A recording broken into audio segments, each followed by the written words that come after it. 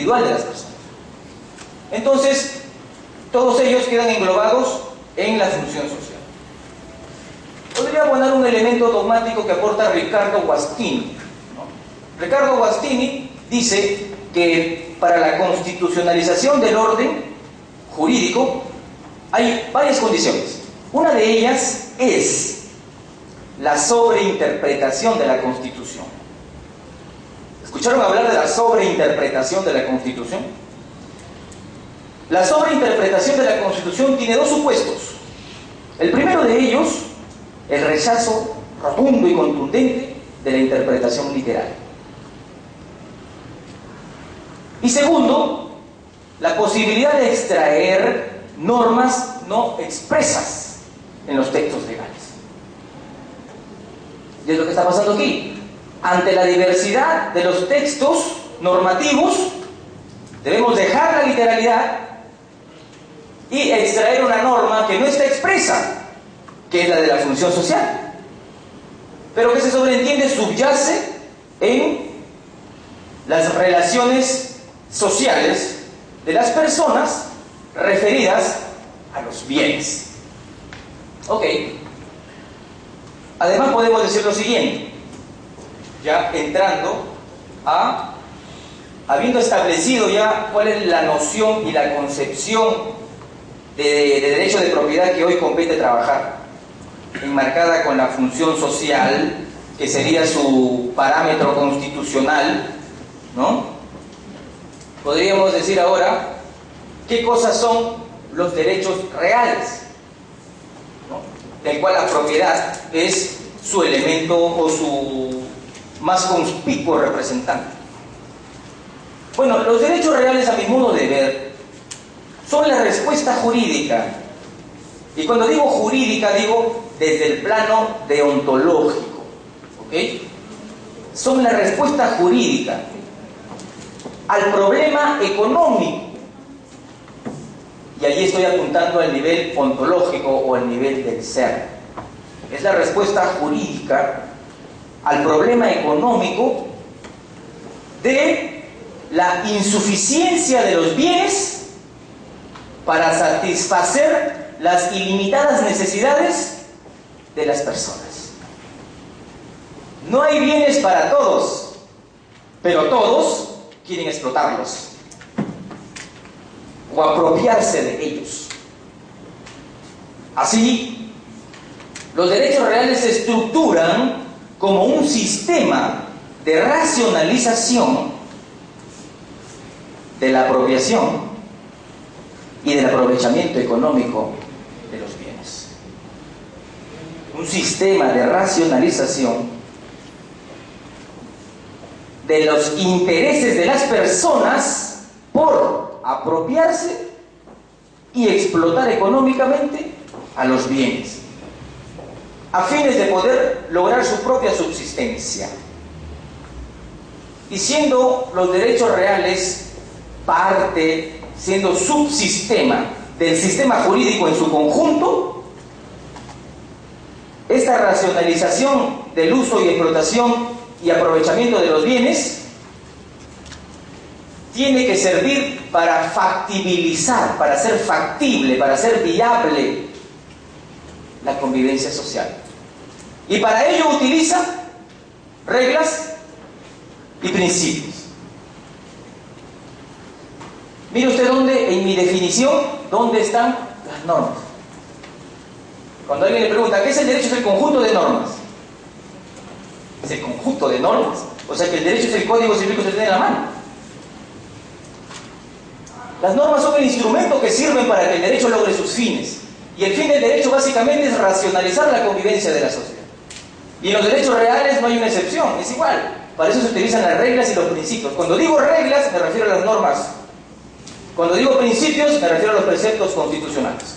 Porque los principios de una sociedad están contenidos en la Constitución. ¿Ok? Entonces, esa es la noción de derechos reales, ¿no? Lo que se busca es racionalizar los intereses que las personas tienen sobre los bienes. Esta definición que propongo parte de entender al derecho, o de entender que el núcleo del derecho son los intereses. los intereses que las personas pueden tener respecto de los bienes para apropiarse de ellos o explotarlos, o los intereses que las personas tienen respecto de la conducta de otros. Su padre, su empleador, su cónyuge, su gobernante, su profesor, su vendedor, su deudor. Entonces, esos intereses que merecen tutela son los que dan lugar a las llamadas situaciones jurídicas subjetivas. ¿Ok? A las llamadas situaciones jurídicas subjetivas. Todos esos intereses que merecen tutela generan la llamada situación jurídica subjetiva. Y los derechos reales es uno de esas situaciones jurídicas subjetivas. El derecho de propiedad es una de esas figuras, de esas situaciones jurídicas subjetivas, que puede, que necesariamente existe fuera de una relación jurídica. Los derechos reales existen fuera de las relaciones jurídicas. Por eso para mí es un error creer que el núcleo básico del derecho son los derechos subjetivos. El núcleo básico de protección del derecho no son los derechos subjetivos, son los intereses. Lo que le importa al derecho es proteger intereses. Puede ser que esos intereses estén inmersos en una relación jurídica, como los casos que le puse, donde se espera algo de la conducta de otros, o puede que esos intereses estén fuera de una relación jurídica, como es el caso de los derechos reales. En los derechos reales no hay relaciones jurídicas entre las personas y las cosas. ¿O ustedes creen que están manteniendo una relación con la silla que están usando? Y si ustedes se van al baño, la silla está obligada a quedarse vacía para que otros no la usen, ¿no? Simplemente los bienes se aprovechan, se utilizan, y lo que se protege justamente es el interés de utilizarlos. No hay relación jurídica ahí. Y ese es otro error. Creer que... Bueno, los que creen que el núcleo del derecho es un derecho subjetivo, se les puede perdonar. Pero los que creen que el núcleo del derecho son las relaciones jurídicas, entonces los derechos reales no existen. Nos quedamos sin curso. Definitivamente, el derecho tutela intereses. Y abundando más sobre esta cuestión, en el ejercicio abusivo del derecho se confronta un derecho subjetivo que se ejerce de mala fe frente a un interés legítimo que no es un derecho subjetivo, pero que igual merece tutela. El ejemplo conocidísimo de la cónyuge separada muchos años de su esposo. El esposo tiene una nueva pareja, pasan 20, 21 años, con ella adquiere un inmueble y luego quiere venderlo. Y cuando han pasado más o menos 30 años, cuando quiere hacerse la transferencia de ese inmueble que se compró con el dinero de la convivencia, con el dinero que hizo junto a su compañera fáctica, se podría decir, porque las esposas son las compañeras legales y las convivientes son las compañeras fácticas, porque no se le llama matrimonio, sino se le llama unión de hecho, ¿no? Unión de hecho, ¿no? Allá está lo legal, acá está lo fáctico, ¿no? Entonces, con ese dinero que se había comprado, el bien, ahora se quiere hacer una transferencia y resucita la cónyuge. ¿Qué pasa acá? ¿Cómo que se va a vender esa casa? ¿Usted se ha divorciado de mí? No. ¿Cuáles son sociales y cuáles son propios? Sociales son los que se compran en la vigencia del matrimonio. Disculpa, ¿en qué fecha lo compraste? ¿Cuando estabas casada conmigo? Sí. Entonces eso es bien social. Entonces pido la nulidad de la venta porque yo no he intervenido. ¿Cómo? Pide la nulidad de la venta porque no intervino. Un análisis formal indicaría que ella tiene la razón. Porque en efecto, el divorcio, el matrimonio no se ha disuelto, pero hay un elemento de mala fe en el ejercicio de ese derecho. Y el artículo 2 del título preliminar dice que nuestro sistema no ampara el ejercicio abusivo del derecho. ¿Y qué se le está protegiendo a la conviviente? ¿Un derecho subjetivo? No, un interés legítimo. no se llama derecho subjetivo, es un interés legítimo. Cuando se confronta un derecho subjetivo ejercido abusivamente frente a un interés legítimo, el derecho prefiere el interés legítimo. ¿Ok? Entonces, definimos así a los derechos reales. Ahora, ingresamos al análisis de la reivindicación. ¿Ok? Ingresamos al análisis de la reivindicación. La reivindicación, dice el artículo 923 del Código Civil, es uno de los atributos del derecho de propiedad, ¿no? Es típico recordar en las definiciones clásicas del derecho de propiedad que el derecho de propiedad ofrece 4 facultades: el jus utendi, el jus fruendi, el jus vindicandi y el jus disponendi. ¿Y ustedes se creen ese cuento? A ver, hipotecar un inmueble. Hipotecar un inmueble es un acto de uso, de disfrute, de disposición. ¿Qué es el acto de gravar un inmueble? A ver, el uso es la posesión. Si es rústico, dedicarlo a la agricultura. Si es urbano, a la vivienda, o al comercio, o a la industria. No está usando. Fruendi, percibir sus frutos. ¿Se está percibiendo un fruto del bien? ¿No? El alquiler, ¿no?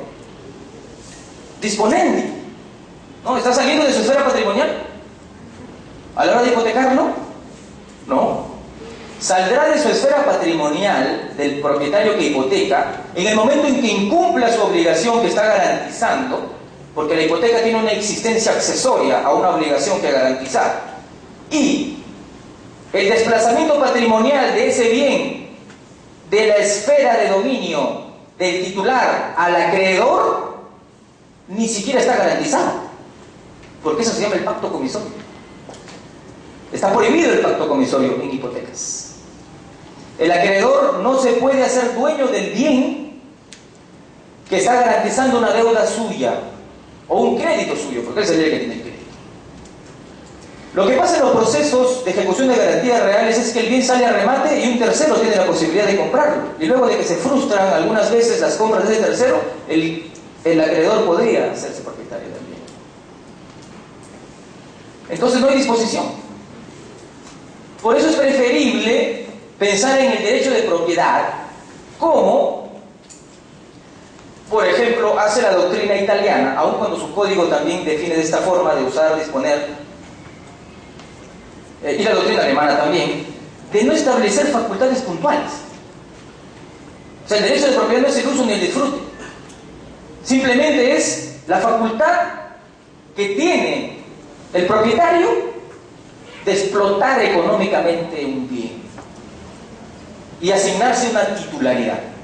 Esa es la principal finalidad del derecho de propiedad: asignar titularidades y posibilitar aprovechamiento económico.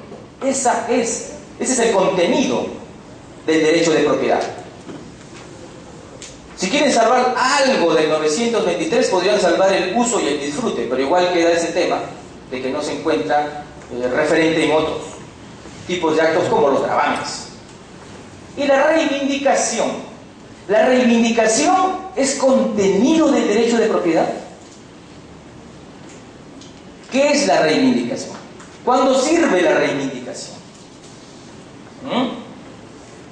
La reivindicación es un elemento externo del derecho de propiedad. No es un contenido, no es un atributo suyo. Es un elemento externo.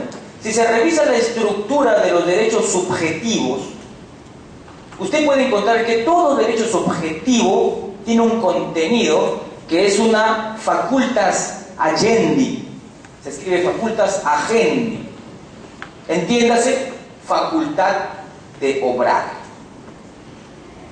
Todo derecho subjetivo tiene facultades de obrar. El contenido de todo derecho subjetivo son facultades. Y el derecho de propiedad ofrece una gama de facultades infinitas respecto del aprovechamiento económico de los bienes. Y todo derecho subjetivo tiene un elemento externo, que es un mecanismo de protección. Por ejemplo, ¿cuál es el mecanismo de protección de los créditos? ¿Qué pasa si un crédito se defrauda? Se pide la resolución del contrato. El mecanismo externo de protección del acreedor. Se resuelve el contrato y se establecen una serie de reglas sobre la restitución de las prestaciones. Entonces, si entendemos que la reivindicación, que es un mecanismo de protección de la propiedad, forma parte de su contenido, diríamos que son contenidos de los derechos de crédito, el derecho de resolver el contrato. Pero si cuando uno firma el contrato ni siquiera está pensando en resolverlo, lo que quiere es que cumplan con esa obligación y solamente hará uso de la resolución después de que se defraude su expectativa de pago. Igual en la reivindicación, cuando uno compra un inmueble no está pensando en perderlo y restituirlo. Eso pasará cuando ocurra el momento de la desposesión. Aclarado. La reivindicación no es un mecanismo de tutela de la propiedad, mas no parte de su contenido. Y eso no significa restarle importancia, señores, porque ¿qué sería de la propiedad sin la reivindicación? Como diríamos en general, ¿qué sería del derecho subjetivo sin su respectivo mecanismo de protección? ¿Ok? Lo que estamos haciendo es nada más una distinción dogmática para no incurrir en errores. Y la facultad de disposición también es un elemento externo. Las deudas pueden disponerse, los créditos pueden disponerse también. Figuras como la cesión de créditos, figuras como la cesión de deudas que el Código Civil alemán sí reconoce y que nuestro código no.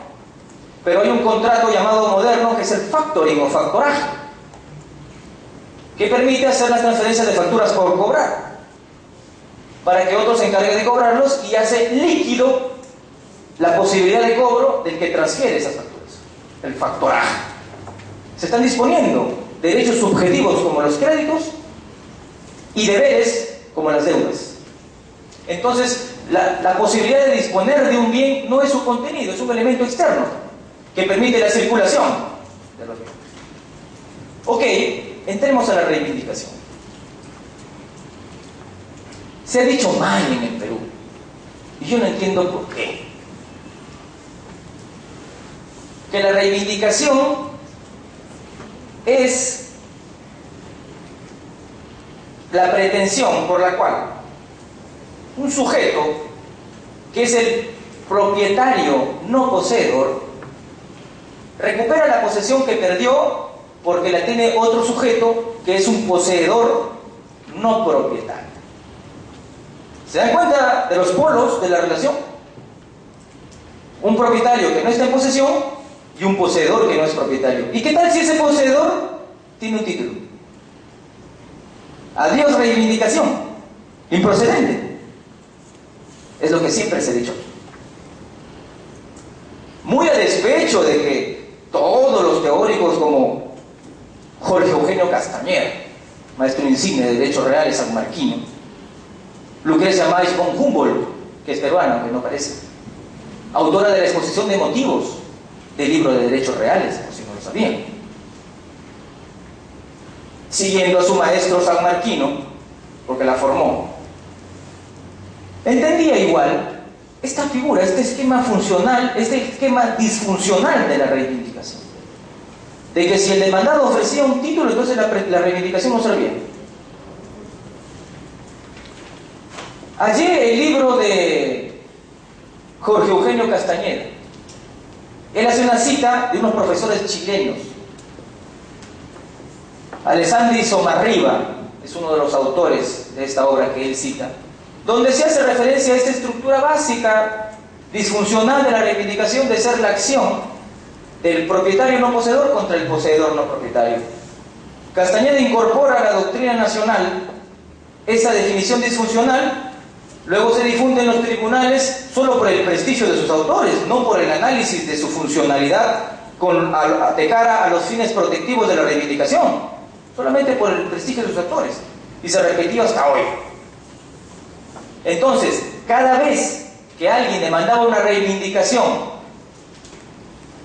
y el que estaba enfrente suyo exhibía un contrato de compraventa o una minuta o un contrato de compraventa con firmas legalizadas por notario o una escritura pública o una partida registral, eso no es típico en Perú. No servía la reivindicación, porque el poseedor es un propietario y no un no propietario.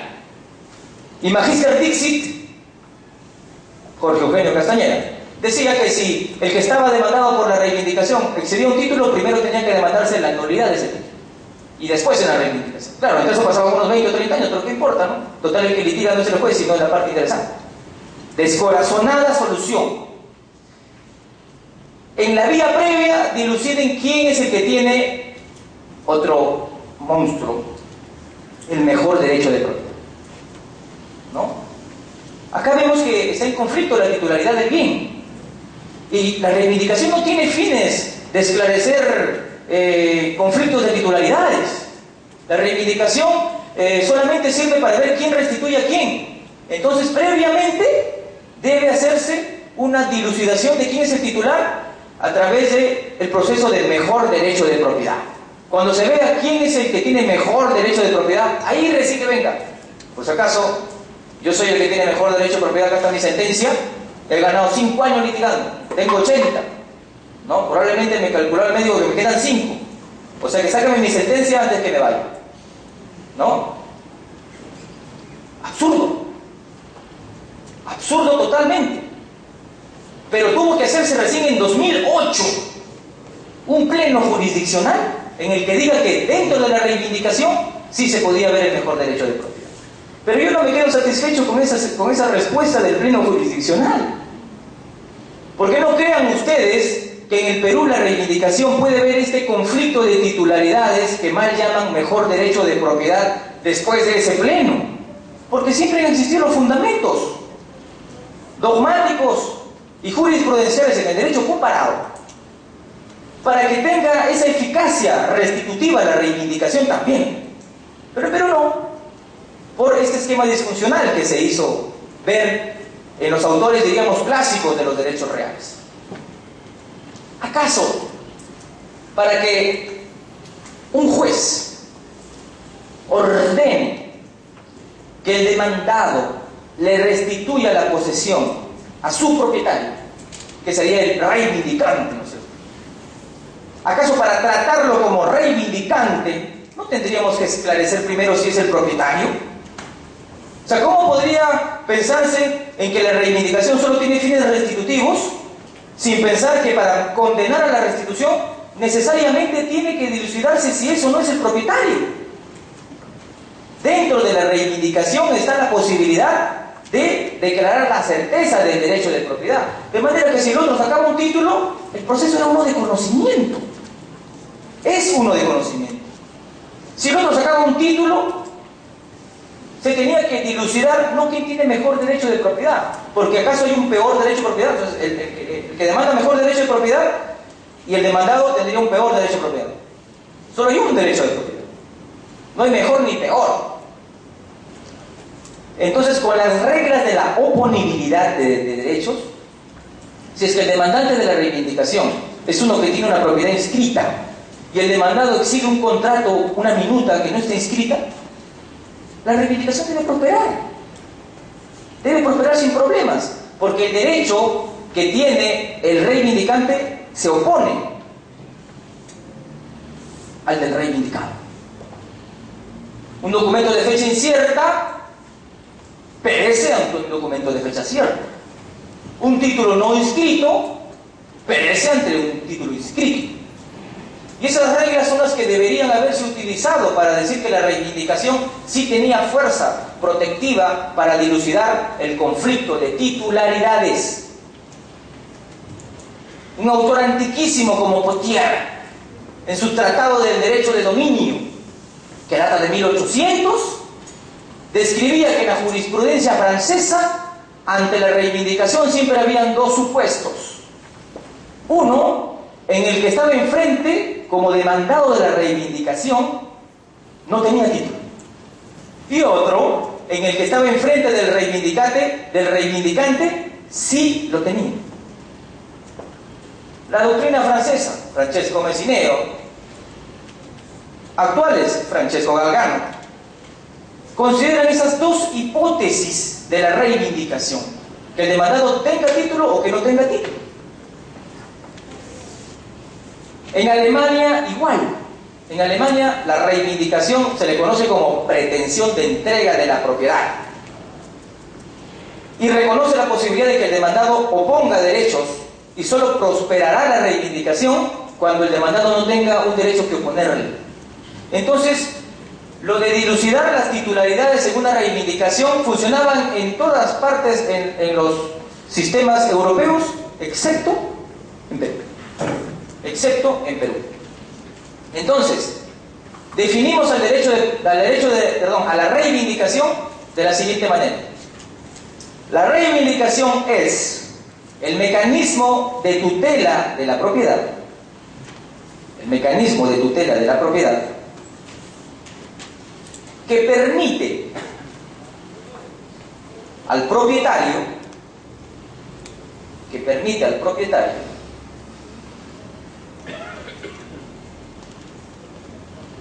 recuperar un bien suyo,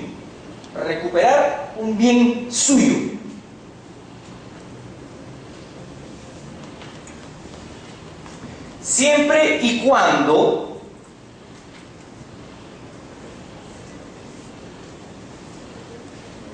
el que esté en posesión no tenga un derecho real o personal oponible a aquel, al propietario. Un mecanismo de protección de la propiedad que permite al propietario recuperar la posesión de un bien suyo, siempre y cuando aquel que esté en posesión no tenga un derecho real o personal que se le oponga a ese reivindicante. Entonces, íncitamente, la reivindicación tiene dos finalidades. La primera, declarar la certeza del derecho de propiedad. Y la segunda, condenar al poseedor a la restitución del bien. Son dos cosas que debe resolver la reivindicación: declarar la certeza del derecho de propiedad del reivindicante y condenar al poseedor a restituir la posesión. Noten ustedes que estamos separando estos dos elementos. Uno es el antecedente y el otro es el consecuente. Solo aquel que acredite ser el propietario del bien debe ser tratado como reivindicante. Si no demuestra que es el propietario, no se le debería condenar al demandado que le restituya la posesión. Hay una relación allí de antecedente y consecuente. Entonces, si es que en el litigio, a la hora de contestar la demanda, el demandante presenta un título, tiene que dilucidarse, tiene que declararse la certeza del derecho de propiedad del demandante. Si resulta que el demandante tiene una escritura pública de 2010 y el demandado tiene una escritura pública de 1980, el bien no está inscrito, la reivindicación debe declinar y el que está en posesión debe perdurar. Se está dilucidando el conflicto de titularidades. Entonces, una pretensión de reivindicación bien planteada a la hora de hacer una demanda debe decir lo siguiente, ¿no? Interpongo pretensión reivindicatoria o demanda de reivindicación con la finalidad de que se declare la certeza del derecho de propiedad del recurrente y se condene al demandado a restituir la posesión. Se acabó el problema. Pero eso se hace sin dudas después de 2008. Pero note usted que en el análisis que yo propongo no estoy recurriendo al mejor derecho de propiedad y estoy hablando de la reivindicación en todo momento. Pero acá se entiende de que el mejor derecho de propiedad le lanza el salvavidas a la reivindicación para que no caiga en la más estrepitosa inutilidad al ser declarada improcedente, ¿no? Ese pleno jurisdiccional